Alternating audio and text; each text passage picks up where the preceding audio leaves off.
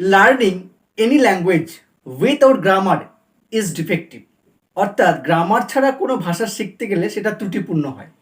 আমরা সকলেই ছোটোবেলায় পড়েছি যে কোনো ভাষা সঠিকভাবে জানতে, লিখতে, পড়তে, বলতে গেলে যে বই পড়ি সেটাই হচ্ছে গ্রামার। আর সে গ্রামারকে জানতে গেলে, সে গ্রামারকে শিখতে গেলে যেটা সব থেকে বেশি ইম্পর্টেন্ট সেটা কি বলতো? সেটা হচ্ছে tense. Because tense is the mother of grammar. আজকের এই ক্লাসে আমি সেই টেন্স নিয়ে তোমাদের সামনে আলোচনা করব। একটিমাত্র ক্লাসে সম্পূর্ণ টেন্স সম্পর্কে তোমাদের বলা সম্ভব নয়, আর সেটা বলা গেলেও তোমরা সেটাকে ডাইজেস্ট করতে পারবে না, because over eating causes indigestion. আজকে যেটা করব মূলত টেন্সের কনসেপ্টটা তোমাদের কাছে ক্লিয়ার করে দেবো। আমি জোর করে বলতে পারি আজকে ক্লাসটি দেখানোর পর তোমাদের টেন্স সম্বন্ধে একটা ক্লিয়ার কনসেপ্ট তৈরি হয়ে যাবে। তাহলে আমাদের সবার প্রথমে জানতে হবে টেন্সটা কি, টেন্স আসলে কি। চলো দেখে নিই।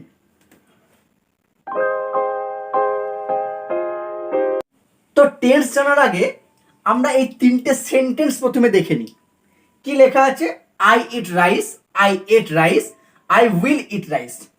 আমি ভাত খাই, আমি ভাত খেয়েছিলাম, আমি ভাত খাইব বা খাবো। তোমরা লক্ষ্য করে দেখো এই সেন্টেন্সে আই ইট রাইস আছে, এই সেন্টেন্সেও আই রাইস একই আছে, শুধু এই শব্দটি পাল্টে গেছে, মাঝের শব্দটি। এই সেন্টেন্সেও দেখো আই রাইস একই আছে, শুধু মাঝের শব্দটি চেঞ্জ হয়ে গেছে।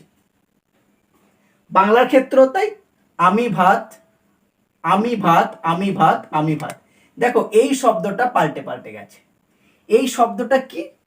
এই শব্দটা হচ্ছে ভার্ব, ক্রিয়াপদ, অর্থাৎ যে শব্দের দ্বারা কোনো কাজ করা বোঝায়। ভার্বের ক্লাস ইতিমধ্যেই তোমাদেরকে দেখিয়েছি। তো এটা হচ্ছে ভার্ব। তো আমরা এই সেন্টেন্সগুলো তো লক্ষ্য করছি তিনটে সেন্টেন্সই বাকি শব্দগুলো একই থাকলেও ভার্বটি বদলে বদলে গেছে। আর এই ভার্বটি বদলে গিয়ে কি ইন্ডিকেট করছে?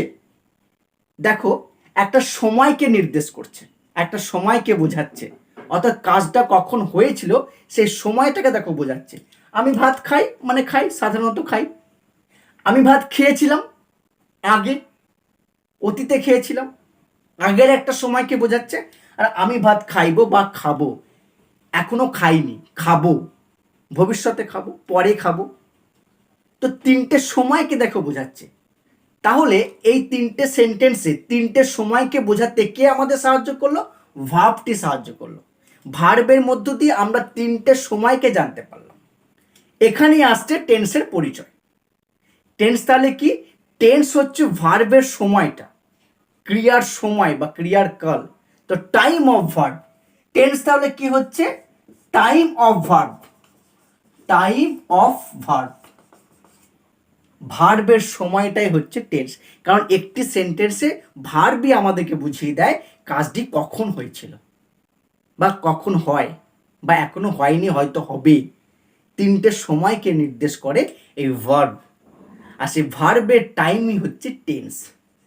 ভার্বই আমাদের তিনটে সময়কে বলে দেয়, আর টেন্সও তিন প্রকার। আর সেই তিনটে সময়ের নির্দিষ্ট নাম আছে। যে কাজটি হয়ে গেছিল অতীতে সেটা হচ্ছে অতীতকাল, পাস্ট টেন্স। যে কাজটি এখন করা হয়, এখন করি, এটা হচ্ছে প্রেজেন্ট টেন্স, বর্তমানকাল। আর যেটা এখনো হয়নি, করা হবে, করব আমরা, সেটা হচ্ছে ফিউচার টেন্স, ভবিষ্যৎকাল। তাহলে শুধু ভার্বের টাইমটাকে জানলেই কি টেন্স জানা হয়ে যাবে?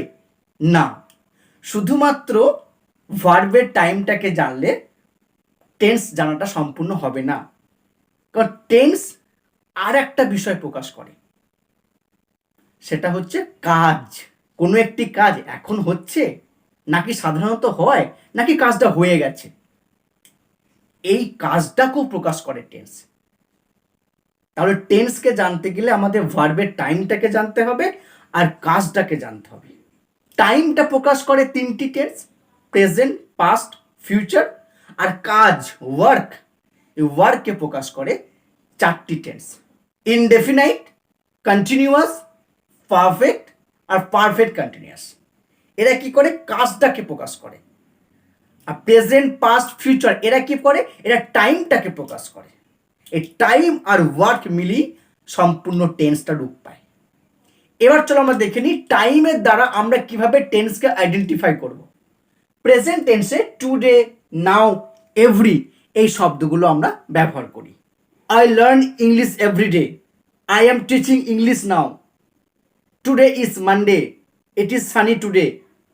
তো টুডে, নাও, এভরিডে এই ধরনের শব্দগুলো প্রেজেন্ট টেন্সে আমরা ব্যবহার করি। তো কোনো সেন্টেন্সে এই শব্দগুলো থাকলে আমরা সেটাকে প্রেজেন্ট টেন্সে আছে বলেই জানবো। পাস্ট টেন্সকে আমরা কিভাবে আইডেন্টিফাই করব? ইয়েস্টারডে, লাস্ট নাইট, এগো এই ধরনের শব্দগুলো থাকলে জানবো সেটা পাস্ট টেন্সে আছে। I went to Kolkata yesterday, last night I had a dream, I went to Delhi 6 years ago। তো ইয়েস্টারডে, এগো, লাস্ট নাইট এই ধরনের শব্দগুলো থাকলে আমরা সেটাকে পাস্ট টেন্স বলে জানবো। আর ফিউচার টেন্সকে কিভাবে আইডেন্টিফাই করব? Tomorrow, next day, next time, later, he will come here tomorrow, I will see you next day, I will call you later. তো টুমোরো, নেক্সট ডে, লেটার এই ধরনের শব্দগুলো থাকলে সেটা ফিউচার টেন্স। এবার যেহেতু আমরা বাংলার সাহায্যে ইংরেজি শিখছি, তাহলে বাংলা তো আমাদের জানতে হবে। বাংলা বাক্যকে আমরা কিভাবে আইডেন্টিফাই করব কোন টেন্সে আছে সেটাও দেখে নেওয়া যাক। এইখানে কয়েকটা বাংলা বাক্য লিখেছে, দেখে নেওয়া যাক। সে পড়ে, পড়েছিল, পড়বে। সে খেলে, খেলেছিল, খেলবে। সে লেখে, লিখেছিল, লিখবে। তো একটা জিনিস খেয়াল করো, পাস্ট টেন্সে দেখো কি আছে, শেষে ল, ল, ল। আর ফিউচার টেন্সে কি আছে? ব, ব, ব। তাহলে আমরা ধরে নিতে পারি যে ফিউচার টেন্স মানেই বাংলা বাক্যের শেষে ব থাকবে সাধারণত, কোথাও ব্যতিক্রম হতে পারে। যেমন গোয়িং টু ফিউচার বলেও একটা গ্রামারের অংশ আছে, সেটা পরে শিখবো। সাধারণত বাংলা বাক্যের শেষে ব ছাড়া ফিউচার টেন্স হয় না, এটাই মনে রাখো আপাতত। তাহলে আমরা ফিউচার টেন্সকে বাংলায় ব টেন্স বলতে পারি। আর পাস্ট টেন্সে দেখো সর্বদা শেষে ল আসছে। পড়েছিল, লিখেছিল, খেলেছিল, বলেছিল, গান গেয়েছিল, এসেছিল, ছিল, ল, ল, ল, ল, ল। তাহলে আমরা পাস্ট টেন্সকে ল টেন্স বলতে পারি। এবার তাহলে প্রেজেন্ট টেন্সকে কিভাবে চিনব? অর্থাৎ ব আর ল যদি না থাকে তাহলেই সেটা হচ্ছে প্রেজেন্ট টেন্স। যেমন দেখো, সে পড়ে, পড়ে, খেলে, খেলে, লেখে, লেখে। দেখো নির্দিষ্ট কোনো অক্ষর শব্দ বারবার আসছে এমনটা কিন্তু নয়। তাহলে আপাতত আমরা শিখে নিই, বাংলা বাক্যের শেষে ল থাকলে পাস্ট টেন্স, আর ব থাকলে ফিউচার টেন্স, আর ল ব কিছুই না থাকলে প্রেজেন্ট টেন্স। তাহলে দেখো এই প্রেজেন্ট, পাস্ট, ফিউচার যে টাইম অফ ভার্ব, তিনটে টাইমকে এক্সপ্রেস করছে, বর্তমান, অতীত, ভবিষ্যৎ। এই টাইম অফ ভার্ব অর্থাৎ ভার্ব কিভাবে টাইমটাকে প্রকাশ করছে, কোন তিনটে টাইমকে প্রকাশ করছে, এবং সেটাকে আমরা কিভাবে চিহ্নিত করব, আশা করি এই বিষয়টা তোমাদের কাছে ক্লিয়ার হয়ে গেল। আর এই টাইম অফ ভার্ব কেন বলছি, কেন ভার্বই আমাদেরকে সাহায্য করে কোন টাইমে ঘটনাটা ঘটেছে। একমাত্র টাইমই আমাদেরকে প্রকাশ করে। কারণ এই সেন্টেন্সগুলো দেখেছো, আমি ভাত, তিনটে সেন্টেন্সই আমি আর ভাত কথাটা কিন্তু কমন আছে। যেটা চেঞ্জ হয়েছে সেটা হচ্ছে খাই, খেয়েছিলাম, খাবো, খেলে, খেলেছিলাম, খেলবো, লিখি, লিখেছিলাম, লিখবো। দেখো ক্রিয়াপদটায় তার রূপ পাল্টাচ্ছে, আর রূপ পাল্টানোর মধ্য দিয়ে আমাদের তিনটে টাইমকে প্রকাশ করছে। তো এতক্ষণ আমরা দেখলাম টাইম অফ ভার্ব, কিন্তু শুধু টাইম অফ ভার্ব দিয়ে তো টেন্স হয় না। আর একটা কি বললাম, ওয়ার্ক, কাজও হচ্ছে টেন্সের একটি পার্ট। ভার্ব যেমন টাইমকে প্রকাশ করবে, তিনটে সময়কে, প্রেজেন্ট, পাস্ট, ফিউচার, তেমনি ওয়ার্কও আরও চারটি বিষয়কে প্রকাশ করবে। Indefinite, continuous, perfect, perfect continuous. চলো আমরা এবার সেই ওয়ার্কের পার্টটা দেখে নিই। তাহলে আমরা টাইম অফ ভার্ব দেখে নিয়েছি তিনটে সময়, এবার দেখব ওয়ার্ক।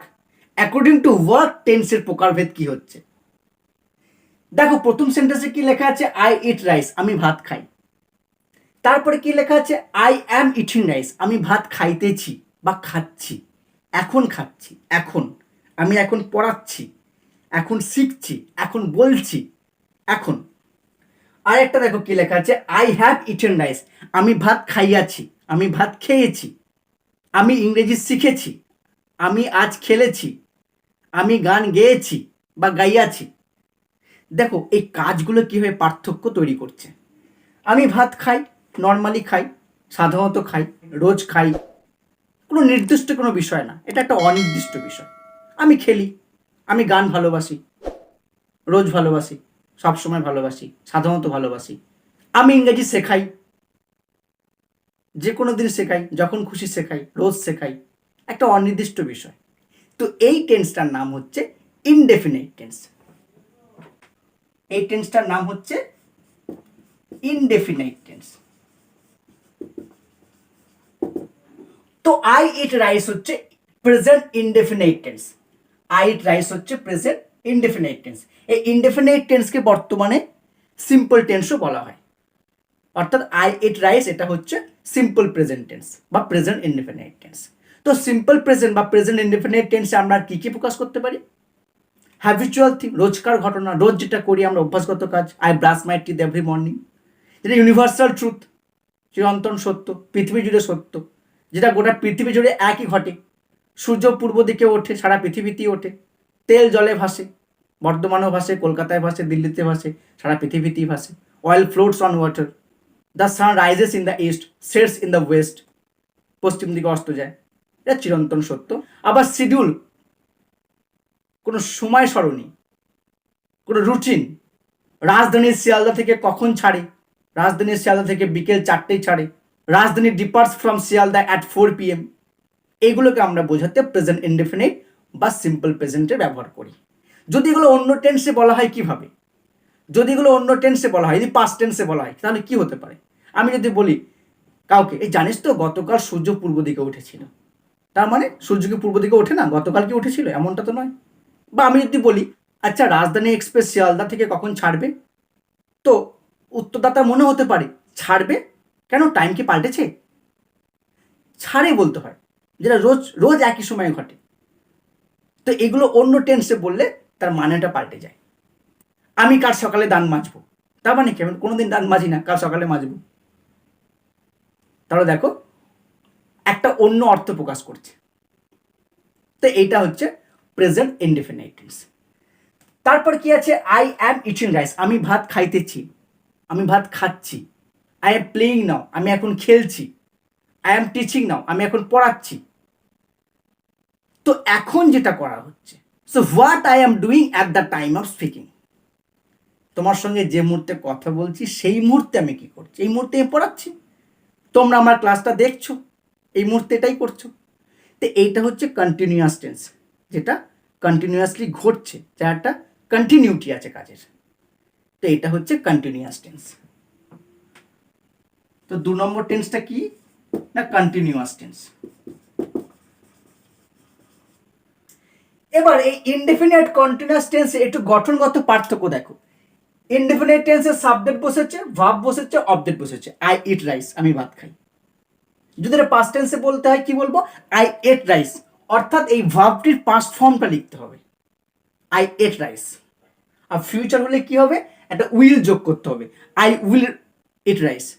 বলে রাখি বাংলায় যেমন ব থাকলে, বাংলা বাক্যের শেষে যেমন ব থাকলে ফিউচার টেন্স হয়, তেমনি ইংরেজিতে উইল থাকলে ফিউচার টেন্স হয়। অর্থাৎ ফিউচার টেন্সে আমরা যেমন বাংলায় ব টেন্স বলতে পারি, ইংরেজিতে উইল টেন্স বলতে পারি। সাধারণত যেমন ব ছাড়া ফিউচার টেন্স হবে না, তেমনি উইল ছাড়াও ফিউচার টেন্স হবে না। স্যালও আছে, তবে স্যালটা যেহেতু মডার্ন ইংলিশে সেরকম ব্যবহার করা হয় না, তাই ওইটা ঝক্কি আর নিতে বলছি না। আপাতত শুধু উইলটাকে মনে রাখলেই হবে। তো জানার জন্য বলে রাখছি, ফার্স্ট পার্সনের পরে স্যাল বসে, অর্থাৎ ফার্স্ট পার্সন সিঙ্গুলার হচ্ছে আই আর প্লুরাল হচ্ছে উই, এদের পরে স্যাল বসে, বাকি সব উইল বসে। তবে বর্তমানে সব জায়গাতে উইল বসাতে পারো, নির্দ্বিধায়, কোনো চিন্তা নেই। আর স্যাল কোথায় বসবে, উইল কোথায় বসবে, এই চাপ আর নিতে হবে না। উইল মানে ফিউচার টেন্স, ফিউচার মানে উইল টেন্স, উইল মানে ব টেন্স, ব মানে ফিউচার টেন্স, ফিউচার মানে ব টেন্স, ব টেন্স মানে উইল টেন্স। এটাকে মনে রেখে দাও। কন্টিনিউয়াস টেন্সের স্ট্রাকচারটা কি আছে দেখো, সাবজেক্টের পর দুটো ভার্ব আছে, একটা অ্যাম আছে, তারপরে ইটিং আছে। এই অ্যামটা কি বলতো? অ্যামটা হচ্ছে ভি ভার্ব, অ্যামটা হচ্ছে বি ভার্ব। তাহলে আমরা জেনে নিলাম কন্টিনিউয়াস টেন্সে বি ভার্ব বসে, প্রেজেন্ট টেন্সে অ্যাম ইজ আর, পাস্ট টেন্সে ওয়াজ ওয়্যার, ফিউচার টেন্সে উইল বি। ওই যে উইল আছে বললাম, ফিউচার টেন্সে উইল বি। আর একটা জিনিস খেয়াল করো, কন্টিনিউয়াস টেন্স মানে হচ্ছে আইএনজি টেন্স। কন্টিনিউয়াস টেন্স মানে হচ্ছে আইএনজি টেন্স। আর বাংলাটা আমরা কি করে চিনবো? এই তে টেন্স দিয়ে। তে, সাধু ভাষায় বললে আমাদের তে ইউজ করতে হবে। আমি ভাত খাইতেছি, আমি খেলেতেছি, আমি যাইতেছি, আমি লিখেতেছি, আমি পড়েতেছি, তেছি, তে টেন্স। যদি তেটা বাদ দিয়েও বলো তাহলে বুঝে নিতে হবে আমি খাচ্ছি, যাচ্ছি, লিখছি, পড়ছি, তার মানে তেটা ভিতরে আছে, উজ্জ আছে। তো কন্টিনিউয়াস টেন্স মানে বি ভার্ব বসবে, ভার্বের সাথে আইএনজি যোগ হবে, আর বাংলায় তে থাকবে। তে, তেছি, তে ছিল, তে ছিলাম, তে থাকিব, তে থাকিবে, এগুলো থাকবে।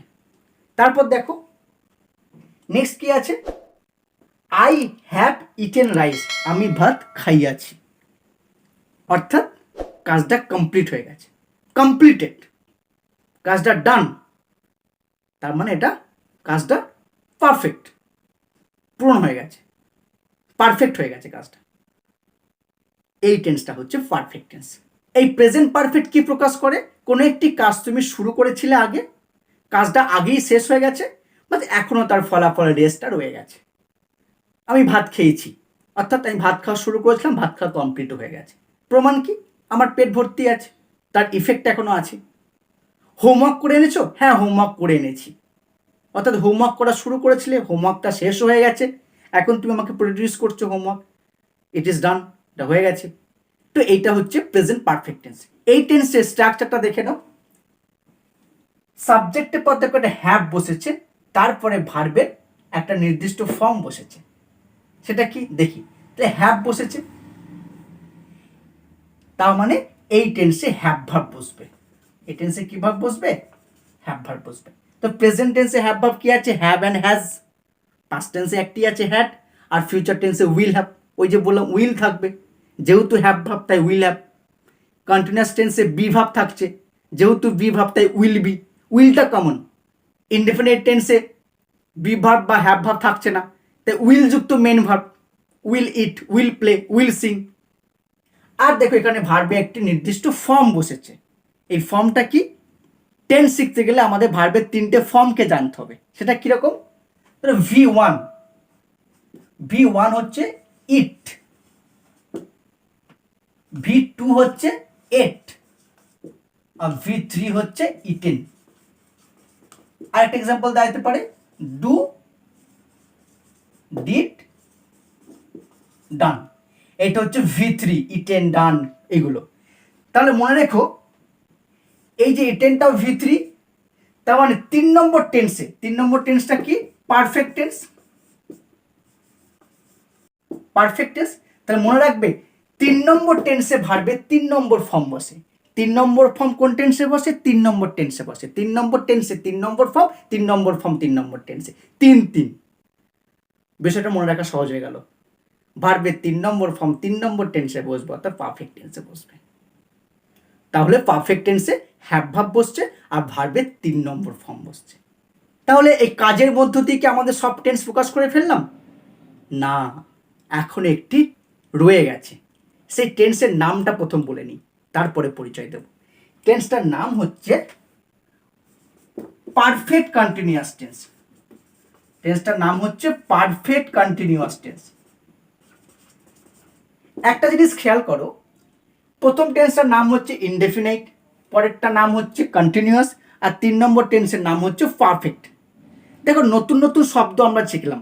ইনডেফিনাইট একটি নতুন শব্দ, নতুন টেন্স। কন্টিনিউয়াস নতুন শব্দ, নতুন টেন্স। পারফেক্ট নতুন শব্দ, নতুন টেন্স।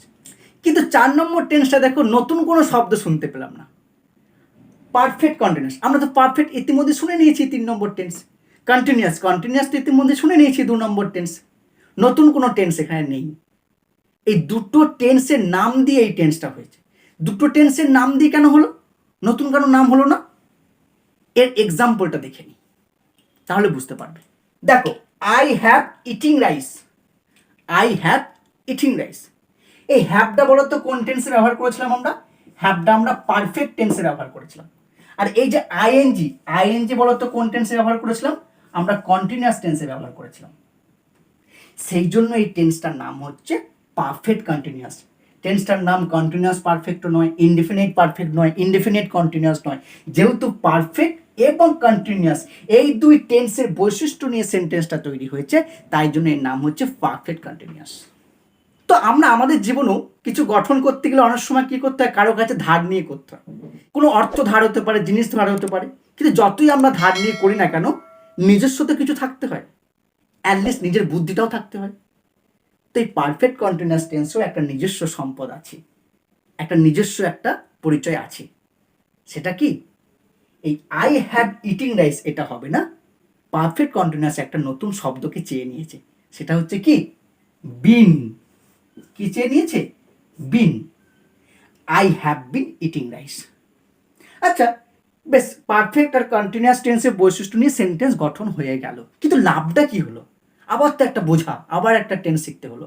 নতুন কোনো টেন্সের পরিচয় না, দুখানা টেন্সের বৈশিষ্ট্য নিয়ে একটা টেন্স শিখলাম, তাতে লাভটা কি? নতুন তো কিছু শিখলাম না। কারণ আছে, কারণ ছাড়া তো কিছু ঘটতেই পারে না। পৃথিবীতে যাই ঘটুক না কেন, প্রত্যেক ঘটনার পেছনে কারণ থাকে, জানো সেটা? তো এখানেও একটা কারণ আছে। কি কারণ জানো?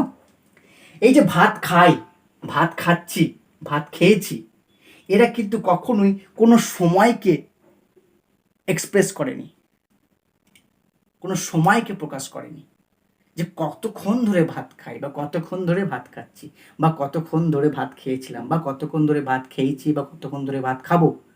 এই টাইমটা কিন্তু বলার অথরিটি নেই। এই তিন টেন্স টাইমকে প্রকাশ করতে পারবে না।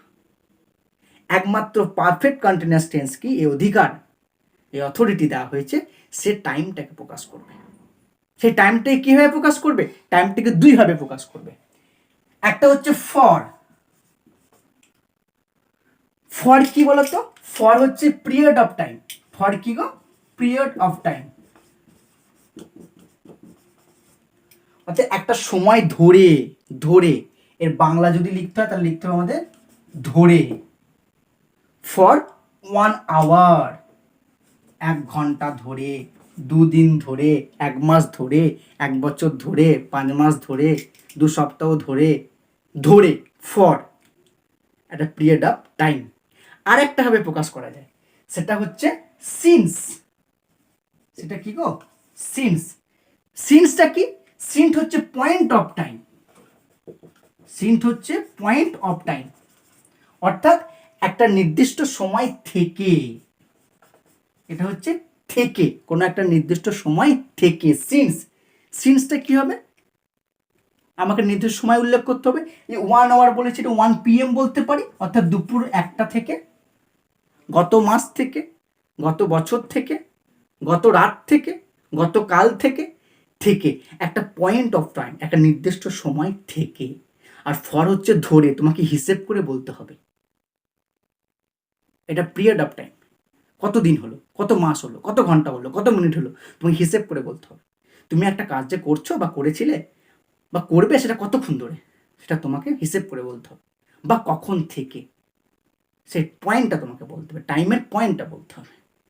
এই জন্য এই টেন্সটা আবিষ্কার করা হয়েছে, এই জন্য এই টেন্সটাকে সৃষ্টি করা হয়েছে। এই টেন্সটা টাইম প্রকাশ করবে। অতএব এই টেন্সের আমরা আর একটা নাম দিতে পারি, টাইম টেন্স। এই টেন্সে আমরা একটা নাম দিলাম, কি টেন্স? Time tense. তো আজ যে ক্লাসে আমরা দেখলাম ভার্ব কিভাবে তিনটে টাইমকে প্রকাশ করছে, আর সেই তিনটে টাইম অনুযায়ী তিনটে টেন্স হয়েছে, প্রেজেন্ট, পাস্ট, ফিউচার। আর শুধু টাইম প্রকাশ করলেই টেন্সের কাজ শেষ হয়ে যায় না, ওয়ার্ককেও প্রকাশ করে, কাজটাকে প্রকাশ করে।